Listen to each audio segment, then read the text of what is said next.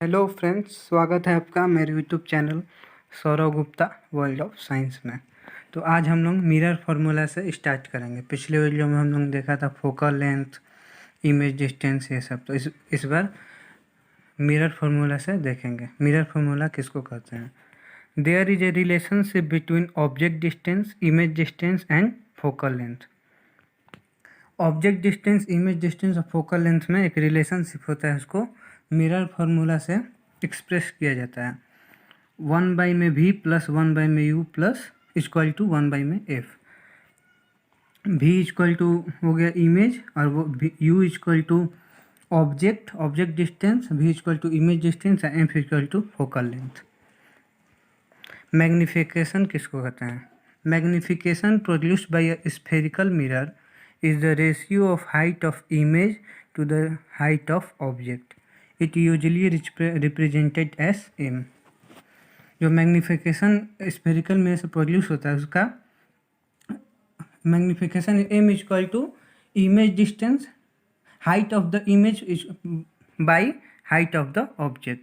जो image height of the image ratio में, मतलब बाई में, height of the image by height of the object.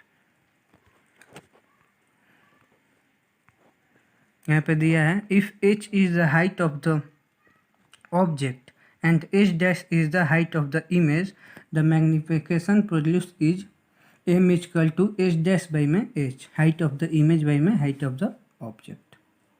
m equal to h dash by में h। और ये भी कहा गया है कि इफ़ m इज पॉजिटिव, अगर m पॉजिटिव होगा तो जो इमेज है वो रियल होगा। And if m is negative, जब मैग्निफिकेशन निगेटिव होगा तो जो इमेज है वो वर्चुअल होगा।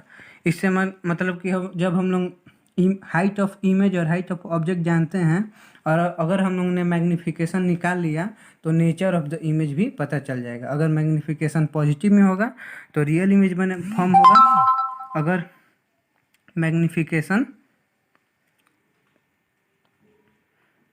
मैग्निफिकेशन निगेटिव में होगा तो वर्चुअल इमेज फॉर्म होगा, virtual and erect and real and inverted. The magnification m is also related to the object distance u and image distance v। It can be express at -v by में u। जो magnification है वो magnification का 2 formula ऐसे derive हो गया। ये NCERT से ही मैंने लिखा है। Magnification equal to h dash by में h और -v बाई में u। Refraction of light. अब हम लोग इस चैप्टर का दूसरा टॉपिक स्टार्ट करने वाले हैं। What is refraction of light? Reflection of light हम लोग ने देख लिया। अब what is refraction of light? The phenomenon of bending of ray of light when it enter from one medium to another. ऐसा फेनोमेनन जिसमें जो रे ऑफ लाइट का बेंडिंग हो जाता है, अगर वो एक मीडियम से दूसरे मीडियम में ट्रैवल करता है तो उसको रिफ्रैक्शन ऑफ लाइट कहते हैं। Laws of reflection. अब लॉज ऑफ रिफ्लेक्शन देख लेते हैं। The incident ray, the reflected ray and the normal to the influence of two transparent media at the point of incidence all lie in the same plane. वही बात है जो image distance में हम लोगों ने देखा था। जब ये 1 मीडियम हो गया, मीडियम 1 और मीडियम 2, मान लीजिए ये एयर है, ये वाटर है, तो अगर ये इंसिडेंट रे है और रिफ्रैक्टेड रे है, इंसिडेंट और रिफ्रैक्टेड रे है, जो इंसिडेंट रे होगा और जो रिफ्रैक्टेड रहेगा वो सेम प्लेन पे, और नॉर्मल जो है वो सेम प्लेन पे आएगा। The ratio of sine of angle of incident to the sine of angle of refraction is constant. ये कहना चाहता है, जब अगर आप लोगों ने ट्रिग्नोमेट्री चैप्टर मैथ में पढ़ लिया है तो आप लोगों को पता होगा साइन किसको कहते हैं। तो वही कह रहा है कि sine of angle of incident to the sine of angle of reflection is constant for the light for a given colour and for a given pair of media. The law is also known as Snell's law of reflection, और इस law को Snell's law of reflection भी कहते हैं। This is true for angle 0 to 90 degree. हम लोग trigonometry chapter में पढ़ा है मैथ में कि साइन थीटा में जो एंगल का जो मान होता है वो 0 डिग्री का होता है, 30 डिग्री का होता है, 90 डिग्री का होता है, 60 डिग्री का होता है। यही कहा गया कि 0 to 90 डिग्री में ही होगा। If I is the angle of incident and R is the angle of reflection, then sin I वे में sin R is equal to sin I वे में sin R constant होता है। The medium of propagation, speed of light in vacuum is equal to 3 into 10 to the power 8 metre पर second. जो speed of light vacuum में होता है उसका 3 into 10 to the power 8 metre पर सेकेंड होता है। Light varies speed depending on which medium it travel. जो लाइट है वो अपना स्पीड वेरी करता है मीडियम टू मीडियम। हर हर अलग अलग मीडियम में इसका अलग अलग स्पीड होता है। अब यहाँ पे रिफ्लेक्शन ऑफ लाइट का डायग्राम, रिफ्रैक्शन ऑफ लाइट का डायग्राम दिया हुआ है मैंने कि यहाँ पे एयर है, यहाँ पे वाटर है। तो जो इंसिडेंट रे है और रिफ्रैक्टेड रे है और ये नॉर्मल रो होता है बीच में, all lie on the same plane. और साइन आई वे में साइन आर इक्वल कांस्टेंट होता है। यही लॉज ऑफ रिफ्लेक्शन है। The speed in which medium travel faster is less optically dense and the medium in which light travel slower is more optically dense. अगर medium में light fast travel कर रहा है तो वो लेस ऑप्टिकली डेंस है, और अगर मीडियम लाइट में मीडियम लाइट ट्रैवल कर रहा है मीडियम में स्लो, तो वो मोर ऑप्टिकली डेंस है। जैसे एग्जांपल में water, more mass density less optical density, oil less mass density and more optical density. Optical density मतलब देखने की क्षमता। Refraction at planar surface, refraction planar surface पे कैसे होता है। Light bend toward the normal when moving from rare to denser medium at the surface of two medium. यहाँ पे इसका जो दिया गया है कि कह रहा है कि light bend toward the normal when moving from rare to denser medium at the surface of two medium. अगर लाइट रेयर मीडियम से डेंसर मीडियम में जाएगा तो वो टुवर्ड्स द नॉर्मल बेंड करता है। इसका यहाँ पे डायग्राम दिया हुआ है, इसी से हम लोग समझ सकते हैं। एयर रेयरर मीडियम है और जो वाटर है वो डेंसर मीडियम है एयर के तुलना में। तो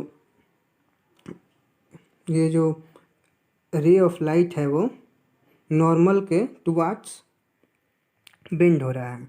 और यही अगर यहाँ पे वाटर रहता और यहाँ पे एयर रहता तो ये अवे फ्रॉम द नॉर्मल होता, नॉर्मल के अवे जाता अगर वाटर ऊपर रहता और एयर नीचे रहता। तो light bends away from the normal when moving from denser to rare medium at the surface of contact of two medium. Refractive index, refractive index किसको कहते हैं। The extent to which light bends when moving from one medium to another is called refractive index. कितना extent तक bend करेगा, उसका कितना क्षमता है लाइट का बेंड करने का, अगर वो वन मीडियम से दूसरे मीडियम में ट्रैवल कर रहा है, उसको रिफ्लेक्टिव इंडेक्स कहते हैं। This depends on the ratio of speed in the two media. ये रेशियो ऑफ स्पीड पे डिपेंड करता है। The greater the ratio more the bending, और जितना रेशियो ज़्यादा होगा बेंडिंग उतना ही ज़्यादा होगा। It is also the ratio of sine आई वे में साइन आर, और जो साइन एंगल आई है sine of angle of incident by में sine of angle of reflection, इसके भी इक्वल होता है। Which is constant for any pair of media, और ये कोई भी पेयर ऑफ मीडिया में कांस्टेंट होता है साइन आई वे में साइन आर। और यहाँ पे एग्जाम्पल दिया हुआ है रिफ्रैक्टिव इंडेक्स का कि देखिए यहाँ पे एयर है और यहाँ पे वाटर है।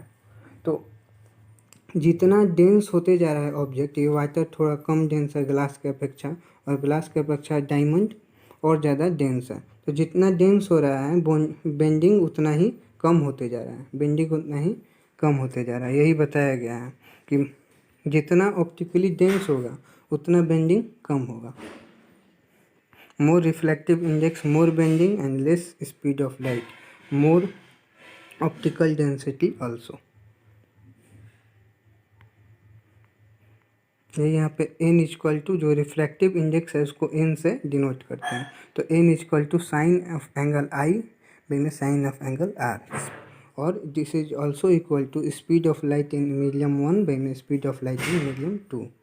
Absolute reflective and relative refractive index. Refractive index of one medium with respect to another medium is called relative refractive index. When taken with respect to vacuum, it is known as absolute refractive index. ये कहना चाह रहा है कि अगर refractive index one medium to another medium होता है और अगर ये वैक्यूम से रिस्पेक्ट में होता है तो उसको एब्सोल्यूट रिफ्रैक्टिव इंडेक्स कहते हैं, और अगर ये वैक्यूम को छोड़कर और कोई दूसरे मीडियम से होता है तो उसको रिलेटिव रिफ्रैक्टिव इंडेक्स कहते हैं।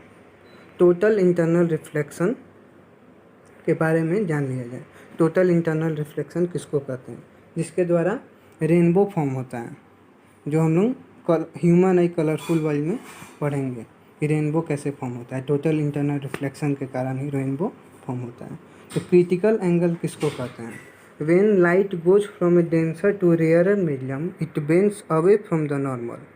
The angle at which the incident ray causes the reflected ray to go along the surface of two media parallelly is called critical angle. इसका मतलब यही है कि क्रिटिकल एंगल का कि अगर ये टू मीडिया है, एयर हो गया और ये वाटर हो गया, तो अगर लाइट यहाँ से जाता है और इतना बेंड कर जाता है ये कि सीधे निकल जाए, लाइट इधर से और सीधे निकल जाए या इधर से निकल जाए, तो उसको क्रिटिकल एंगल कहते हैं। पैरेलली निकल जाए। स्पीड ऑफ लाइट, ये तो रिफ्रैक्टिव इंडेक्स का मैंने एग्जांपल दिया हुआ है कि speed of light in medium 1 air है और मीडियम 2 ग्लास है। तो जो n21 है, क्योंकि speed of light in glass with respect to air is equal to v1 by में v2। इस v1 is velocity of air, मतलब स्पीड ऑफ लाइट, और velocity of glass in velocity the light travel velocity. Light का जो travel है वो medium में अलग अलग होता है, इसीलिए velocity of light in air to velocity of light in glass n12 equal to v2 by में v1, और इसका जस्ट उल्टा हो जाता है v2 बाई में v1 हो जाता है अगर n12 निकाला जाए तो। Total internal reflection, when the incident angle is greater than the critical angle it reflects inside the denser medium instead of refracting. This phenomenon is called total internal reflection. इसका diagram हम लोग देख सकते हैं critical angle का। यही बताया गया है कि अगर लाइट डेंसर मीडियम से रेयरर मीडियम में जाता है तो वो नॉर्मल के टुवार्ड्स बेंड करता है।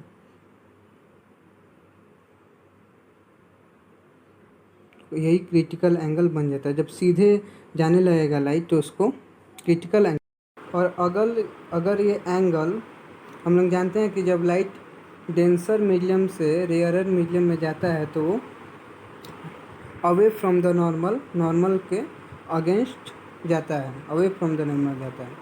तो अगर ये क्रिटिकल एंगल से और इस एंगल को बढ़ाया जाएगा तो ये धीरे धीरे इधर आने लगेगा, तो इसी को टोटल इंटरनल रिफ्लेक्शन कहते हैं।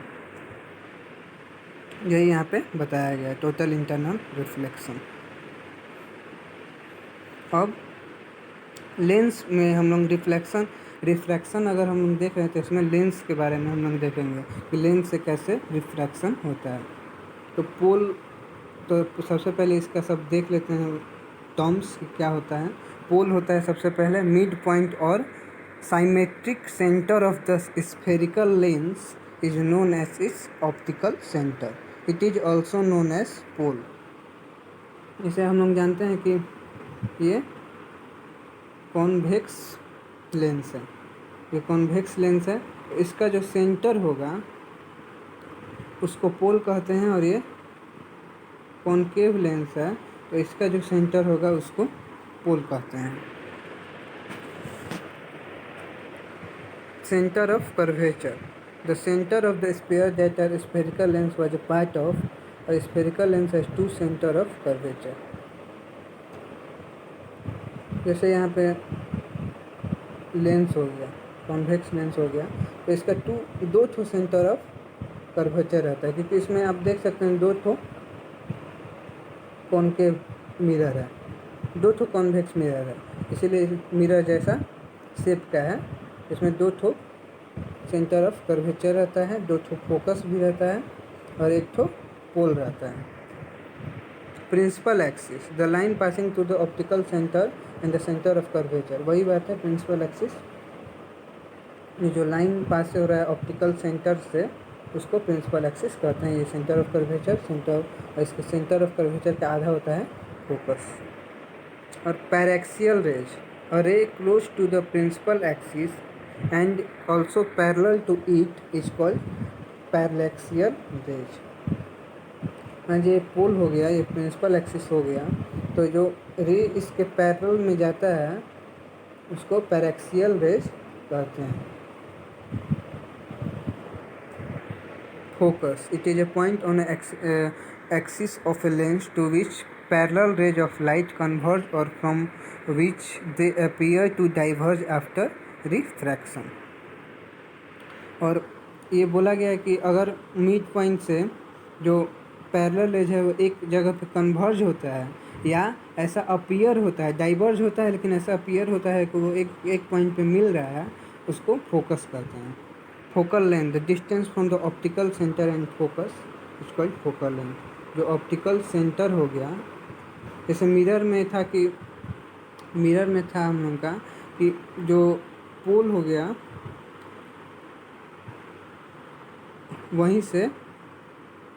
यहीं से डिस्टेंस मेजर होता था, तो ये यहाँ पे ये ऑप्टिकल, यहाँ पे ये पोल है ऑप्टिकल सेंटर के जगह पे, इसी से फोकल लेंथ कितना होगा ये पता चलेगा। फोकल लेंथ उसका दुगना होता है 2f, centre of curvature, focus, इधर भी फोकस होता है इधर भी 2f होता है।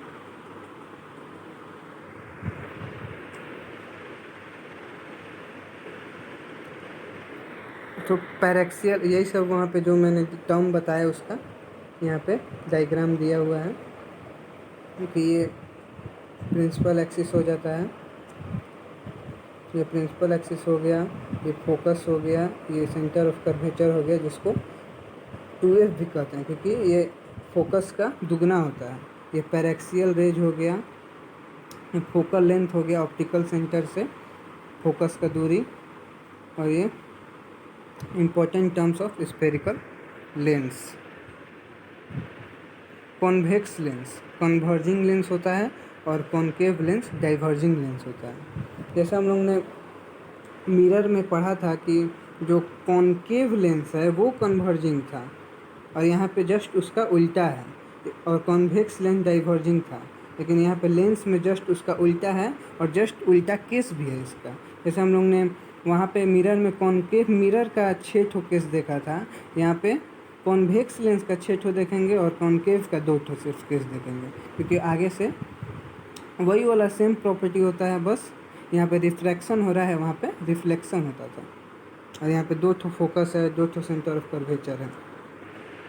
Rules of ray diagram for representation of image form by spherical mirror.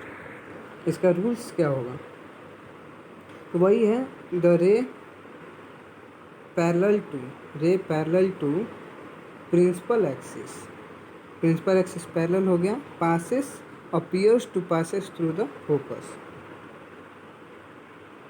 जो रे पैरेलल होगा प्रिंसिपल एक्सिस के, ये कॉन्वेक्स लेंस का बात हो रहा है। तो जहाँ पे ये आकर दोनों रेज, चाहे बहुत सारे रेज, बंच ऑफ रेज आकर रिफ्रैक्ट करके एक पॉइंट पे मिलेगा, उसको फोकस कहते हैं। और यही रे ऑफ डायग्राम का एक ठो हम लोग को मिल गया।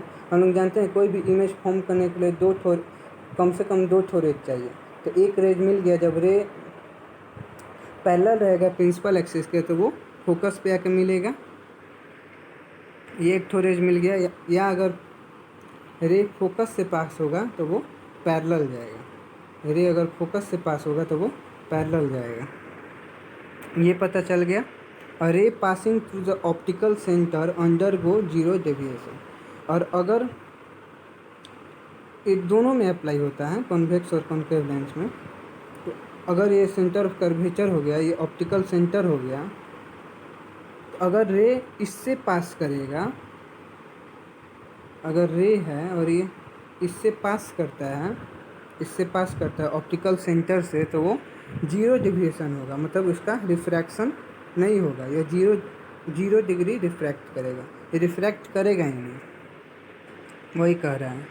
तो यही कॉन्वेक्स लेंस का हम लोग 6 प्रॉपर्टी देखेंगे। एक इन्फिनिटी पे, एक बिफोर 2f, एक बिटवीन 2f एंड f, और एक बिटवीन f एंड p, और एक on f1 and on 2f1। ये सब हम लोग पढ़ेंगे 6 केसेस।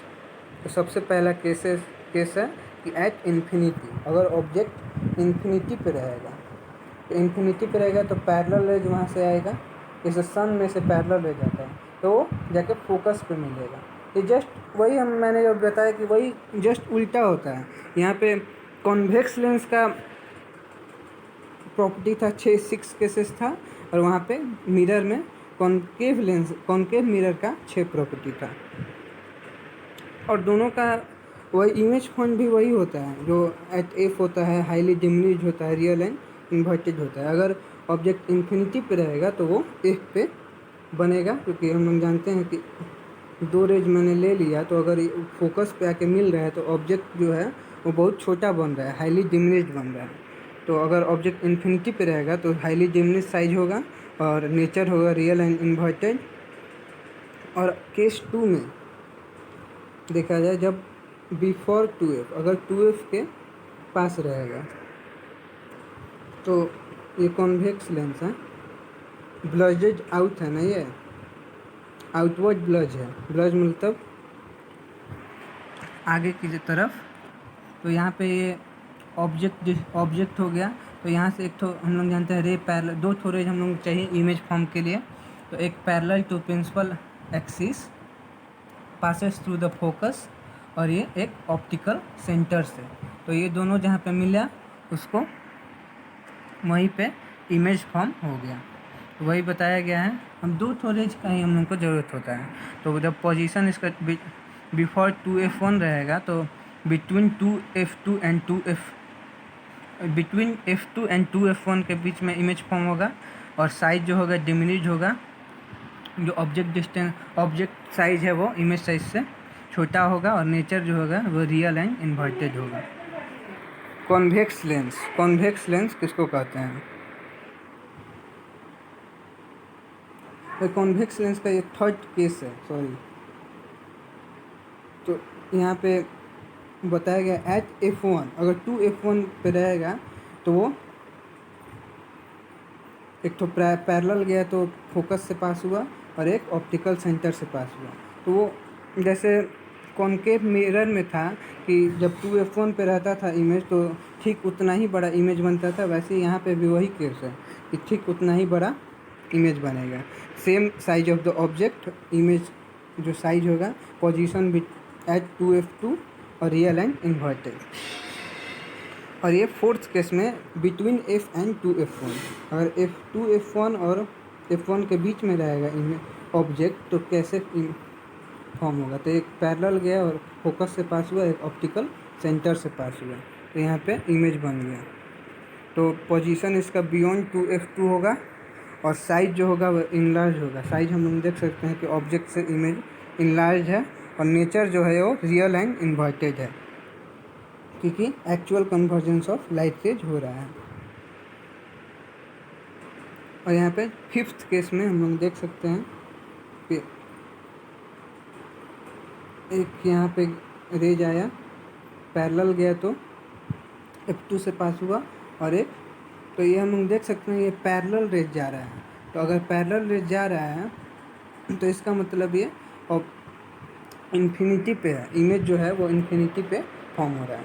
तो position of the object at F1 and image position at infinity and size highly enlarge, nature real and inverted. अब हम लोग सिक्स्थ केस देखेंगे। सिक्स्थ केस में क्या हो रहा है, तो सिक्स्थ केस में हम लोग देख सकते हैं अगर ऑब्जेक्ट जो है वो F और P के बीच में होगा तो एक फोकस से पास करेगा, एक ऑप्टिकल सेंटर से। तो ये जो इमेज है हम लोग देख सकते हैं ये डाइवर्ज कर रहा है, ये इमेज जो डाइवर्ज कर रहा है इसका मतलब ये वर्चुअल इमेज फॉर्म होगा, ये पीछे की तरफ वर्चुअल इमेज फॉर्म हुआ। और जो ऑब्जेक्ट है वो इमेज जो है वो बड़ा है, इनलार्ज है। तो हम लोग देख सकते हैं इसी से position on the same side of the lens as object, और साइज जो है इनलार्ज है and nature virtual and erect. और कॉनकेव लेंस का दो प्रॉपर्टी होता है, केस होता है। तो यहाँ पे जब इन्फिनिटी पे रहेगा तो पैरेलल ले जाएगा, तो हम लोग को ये हम लोग जानते हैं कि जो कॉनकेव लेंस है वो डाइवर्जिंग लेंस है। तो ये जब डाइवर्ज करेगा तो इसका मतलब अगर पैरेलल रे जा रहा है और डाइवर्ज कर रहा है तो इसका मतलब ray parallel to principal axis converges at a pole. तो ये मतलब इसका ये पोल पे कन्वर्ज कर रहा है। तो जो इमेज है वो एट F1 बनेगा और हाईली डिमिनिश्ड होगा, और नेचर जो होगा वर्चुअल एंड इरेक्ट होगा। ऐसे ही जब पोजीशन कॉनकेव लेंस का सेकंड में अगर ये any position other than infinity से कोई भी पोजीशन होगा तो सेम केस होगा। अब आगे बनाए पीछे बनाए सेम केस होगा, on the same side of the object between, वही होगा सेम केस। और साइज जो होगा डिमिनिश्ड ही होगा, हमेशा ऑब्जेक्ट से छोटा ही होगा। और नेचर जो होगा वो वर्चुअल एंड इरेक्ट होगा, एनी पोजीशन। तो अगर ऑब्जेक्ट यहाँ पे है तो डाइवर्ज कर गया और फुल फोकस के पास मिला, एक ऑप्टिकल सेंटर से पास हुआ तो जीरो डेविएशन हुआ, तो यहाँ पे इमेज फॉर्म हो गया। तो इमेज फॉर्म डिमिनिश्ड होगा, nature and virtual and erect होगा। अब यूजेज ऑफ स्फेरिकल लेंस।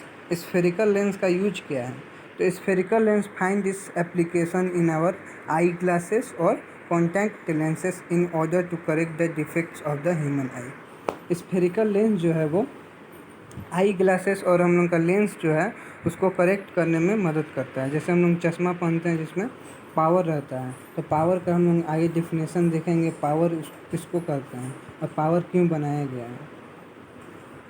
तो ऐसे the concave lens can correct myopia और शॉर्ट साइटनेस।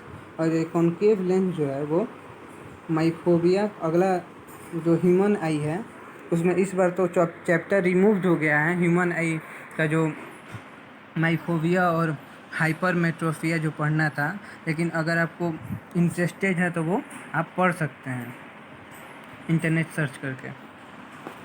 तो concave lens can correct myopia और शॉर्ट साइटनेस। जो कॉनकेव लेंस है वो कॉनकेव लेंस है जो वो माइफोबिया शॉर्ट साइटनेस को करेक्ट करने में मदद करता है। और जो कॉन्वेक्स लेंस है, कॉन्वेक्स लेंस जो है वो फार साइटनेस को करेक्ट करने में मदद करता है। It is also use in microscope to magnify micro organism and telescope to view stars and other celestial bodies that are not visible by naked eye. Here it refers to convex lens. जो convex lens है वो microscope में और जो stars है उसको देखने में मदद करता है, माइक्रो ऑर्गेनिज्म को देखने में मदद करता है। जैसे हम लोग ने 9th में देखा होगा माइक्रोस्कोप में कि जो प्याज का जो सेल होता है, ओनियन सेल और मसल सेल्स, ये सब हम लोग ने देखा है।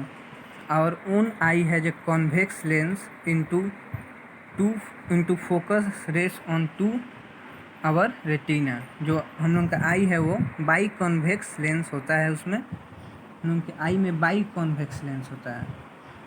बाई कॉन्वेक्स मतलब दो ठो।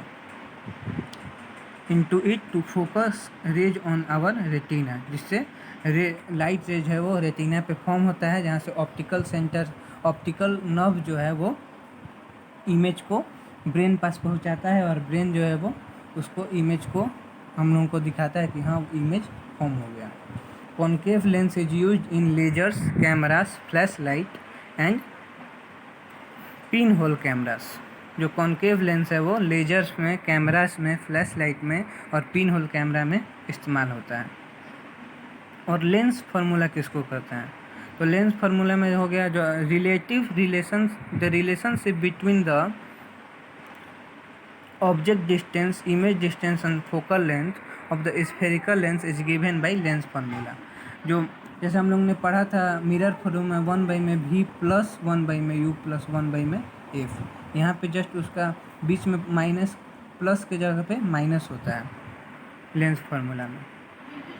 तो 1 में v माइनस 1 में u इक्वल टू 1 में f। Power of the lens, और पावर ऑफ द लेंस जैसे हम लोग ने बहुत सारे आदमियों से पूछा होगा कि हाँ आपका चश्मे का पावर कितना है, तो कोई बताता होगा -2, कोई बताता होगा +2। तो ऐसे ही बहुत सारा पावर होता है जिसको हम लोग अगले लेसन में पढ़ना था, लेकिन इस बार रिमूव हो गया है चैप्टर 2020 और 21 के सिलेबस में। इसलिए अगर आप लोग इंटरेस्टेड होंगे तो जान सकते हैं अगला ह्यूमन आई कलरफुल में पढ़कर। The power of the lens is reciprocal to its focal length. जो पावर होता है वो फोकल लेंथ के रेसिप्रोकल होता है। P इक्वल टू 1 में f इन मीटर, और मीटर में होता है।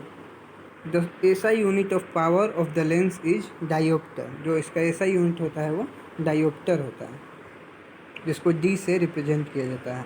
The power of convex lens is positive. जो पावर होता है कॉन्वेक्स लेंस का वो पॉजिटिव होता है। कॉन्वेक्स लेंस का पावर पॉजिटिव होता है, और कॉन्केव लेंस का पावर निगेटिव होता है।